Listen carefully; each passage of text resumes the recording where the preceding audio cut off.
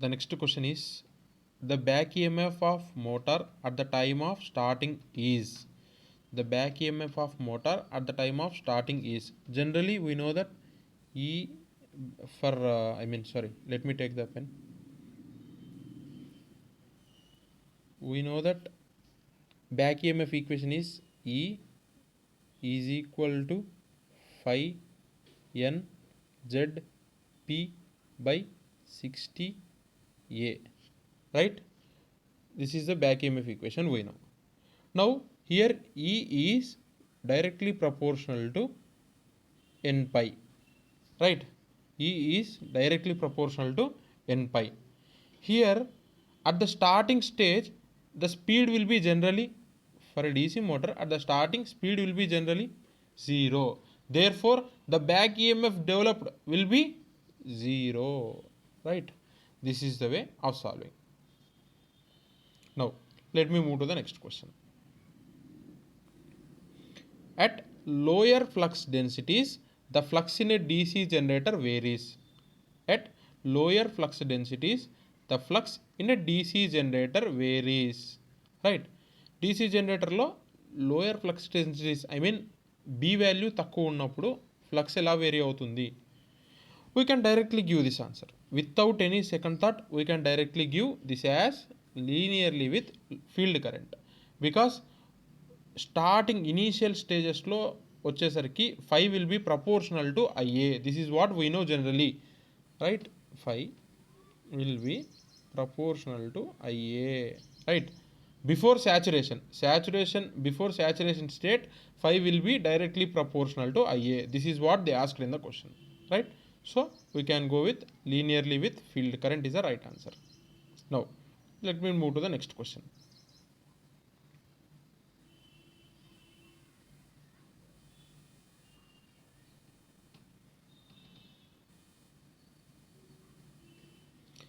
Three resistors of R ohm each. Three resistors of R ohm each are connected in delta. Its equivalent resistors in star connection per phase is. Initially they said that three resistors of R ohm are connected in delta. Now he is saying that if we connect the same connection into star, same resistors in star, then what is the equivalent resistor? This is the question he is asking. If let me give a shortcut. If there are three equal resistors, that is if there are equal R ohm resistors, we can simply write this as R star divided by R delta is equal to 1 by 3. Therefore now R star will become R delta by 3. R delta is given by R by 3. Therefore the answer is R by 3 each, right?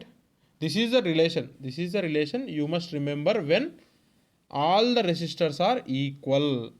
If not, there are certain formulas for converting into delta to star. Here since he mentioned directly all the resistors are equal, we can go with this R star by R delta is equal to 1 by 3. From that we got R star is equal to R by 3, right? Let me move to the next question. The RMS value of a triangular wave. Let me delete this.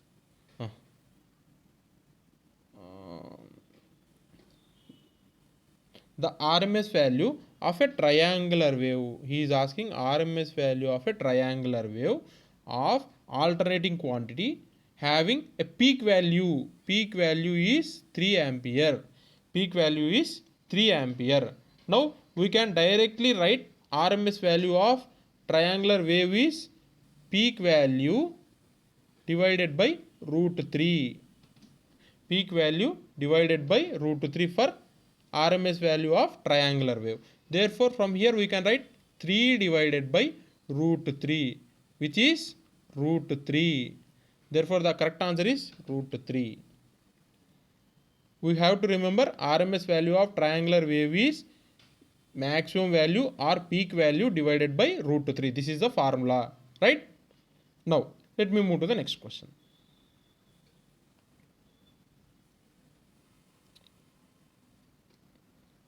In a series RL circuit, the voltage across the resistor is 40 volts and voltage across the inductor is 40 volts. Then the total voltage across the series circuit is. Let me draw the circuit once. He gave one resistor and he gave one inductor. He is asking for V. Right? He gave across this voltage, the voltage is 40 volts, and here also the voltage is 40 volts. Therefore, total V becomes square root of VR square, voltage across the resistor square, plus voltage across the resistor square, plus voltage across inductor square.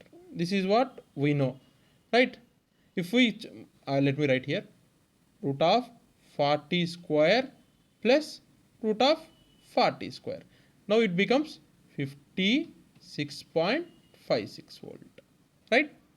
56.56 volt. Option B is the correct answer.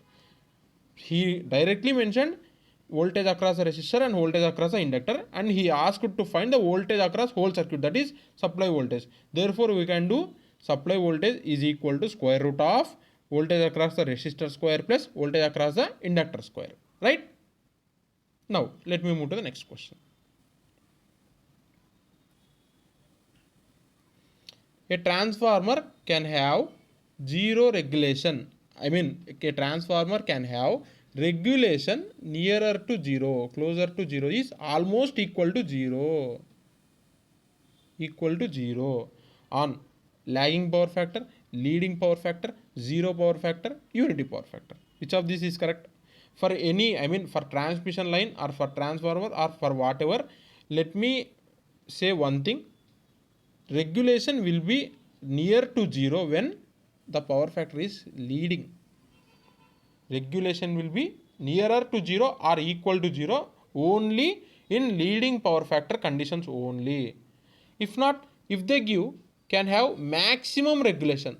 For maximum regulation, it is possible only at lagging power factors, right? Maximum power factors is possible only at lagging power factor. Then zero voltage regulation is possible at leading power factors, right? Please remember this in mind. From this we got 2 bits actually. Therefore, we can simplify that for maximum regulation we will be at lagging power factor, and for getting zero voltage regulation the power factor will be leading. Please remember this in mind. Now, let me move to the next question.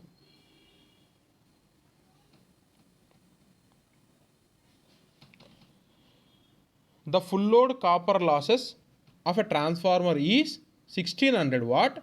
At half load, the copper loss will be.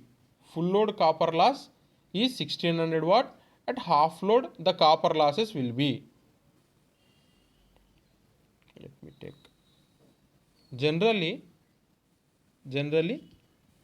copper loss is proportional to square of current, which is square of load, right? For full load he gave 1600 watt. Now he is asking at half the full load. Therefore copper losses now will become, at half the full load copper losses now becomes, let me solve through equations only. WC2 divided by WC1 is equal to, what is the second load? It is half load. So half whole square is 1/4 divided by full load, right? WC2 now becomes, what is WC1? Full load losses is 1600 into 1/4, which is 400 watt. 400 watt is the right answer, right? In this way, we have to remember, that is the full load copper loss of a transformer is 1600 watt at half full load. Therefore, copper loss will be directly proportional to the square of load. If we ask 1/4 full load, please comment your answer.